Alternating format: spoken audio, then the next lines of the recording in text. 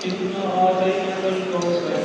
فصل لربك وانحر إن شانئك هو الأبتر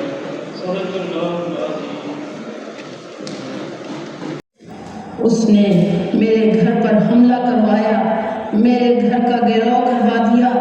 اور میرے گھر کی دیواریں پھاند پھاند کر چادر اور چار دیواری کے محافظ اندر آ گئے اور مجھے گھسیٹ کر میرے آنکھوں پر پٹیاں باندھ کر مجھے جیپ میں ڈال کر قلعہ معلیٰ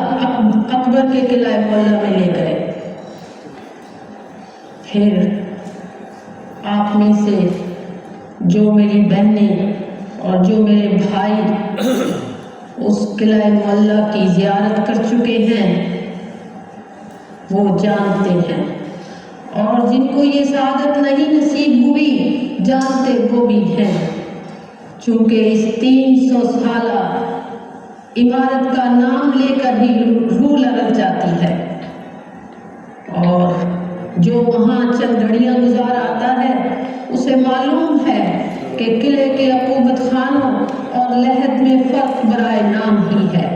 مجھے بغیر کسی وارنٹ کے گرفتار کر لیا گیا، مجھے عدالت کے حکم کے باوجود کبھی کسی عدالت میں پیش نہیں کیا گیا، میرے ہاتھوں کو سگریٹوں سے داغا گیا، میرے بالوں کو نوچا گیا،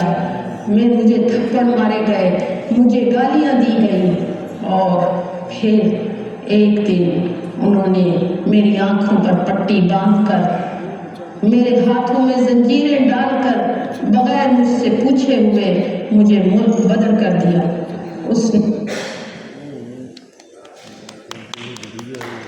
یہ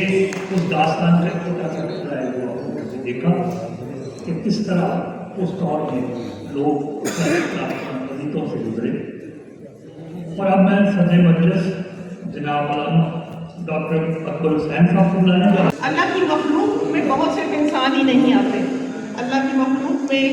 سارے جاندار آتے ہیں، تو میں چاہتی ہوں کہ میں جانوروں کے حوالے سے آپ سب لوگوں کی مدد سے سپورٹ سے تو ایک شیلٹر جو ہے وہ قائم کروں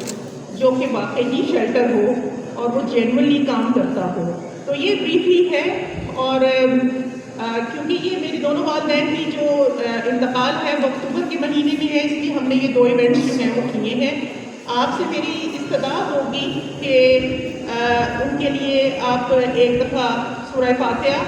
اور 3 دفعہ قل هو اللہ پڑھ کے تو 1 منٹ کا سائلنس